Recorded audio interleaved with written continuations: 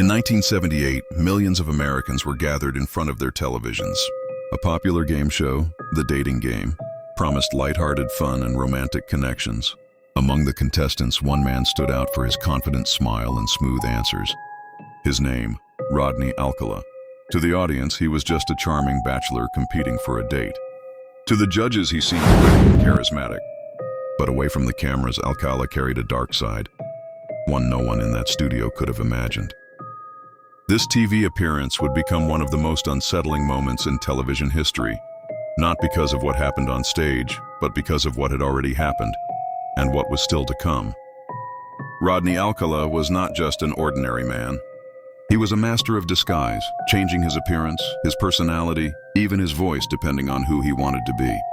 Highly intelligent, with an IQ reportedly above average, he used his charm and wit as weapons. He could be the friendly neighbor, the talented photographer, the charismatic stranger you might trust without a second thought. But behind the warm smile, there was manipulation. Every gesture, every word, carefully calculated to draw people in and to hide what he truly was. For years, this double life allowed him to walk unnoticed, blending into society while keeping his darkest impulses out of sight. In 1978, Rodney Alcala made a move that would forever be etched in television history. He appeared on the popular American TV show The Dating Game. On stage, he was introduced as a successful photographer who enjoyed skydiving and motorcycling. Dressed in a bright shirt and wearing a confident smile, he played along with the flirty questions, making the audience laugh. Shockingly, he won. The woman who chose him described him as charming and fun, but after the show, she refused to go on the date. Something about him felt wrong. Years later, viewers would look back at that episode with horror, realizing they had been watching a predator hiding in plain sight.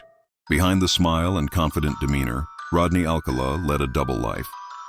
By day, he posed as a professional photographer. He invited young women, and even children, to his studio, saying he wanted to build his portfolio. Many accepted, believing it was an opportunity for professional modeling.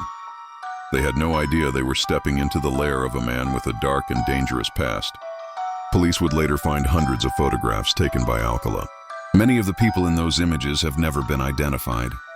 Investigators still wonder how many of them became victims. His camera was not just a tool of art, it was a weapon of control. After slipping away from earlier investigations, Alcala carried on with his life as if nothing had happened. He worked as a photographer, offering sessions to aspiring models under the pretense of expanding his portfolio. What few people knew was that he often kept these images, hundreds of them, depicting women and girls in unsettling poses. Each new victim seemed to be chosen more carefully, almost as if he was refining a pattern.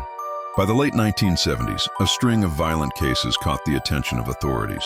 Criminal profiles began to be compared, and slowly the details matched. The same type of approach, the same superficial charm, the same pattern of violence. The police still didn't have solid evidence, but Rodney Alcala was already in their sights. And he had no idea that soon the noose would close around him for good. After years of slipping through suspicion, Rodney Alcala finally made a fatal mistake. In 1979, he was arrested in Los Angeles, charged with the murder of 12-year-old Robin Samso, a girl who, like so many others, had trusted the photographer's smile. What led to his capture was a photograph, a portrait of Robin found in Alcala's possession, linking him directly to the victim. Police then dove into his life, uncovering a vast, disturbing photographic archive filled with hundreds of images of unknown women and girls. It was as if he had been collecting evidence without knowing it would one day become his downfall. But arrest was not the end of Alcala's manipulation.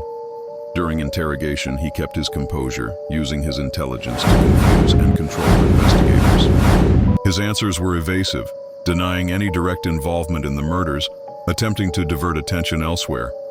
Alcala's trial dragged on for years, marked by a fierce battle between prosecution and defense. The prosecution assembled an arsenal of evidence, testimonies, photographs, psychological profiles, and a clear link between Alcala and several victims. But the defense tried to portray Alcala as a man wrongfully accused, pointing to the lack of direct physical evidence in many cases. During the trial, witnesses described Alcala's manipulative behavior, his charm, his ability to present himself as harmless. Criminal behavior experts analyzed his profile, describing him as a calculating psychopath who used photography as a tool for control and predation. Alcala was formally charged with 5 murders, but it is believed that the actual number of victims is much higher. His violence followed a pattern.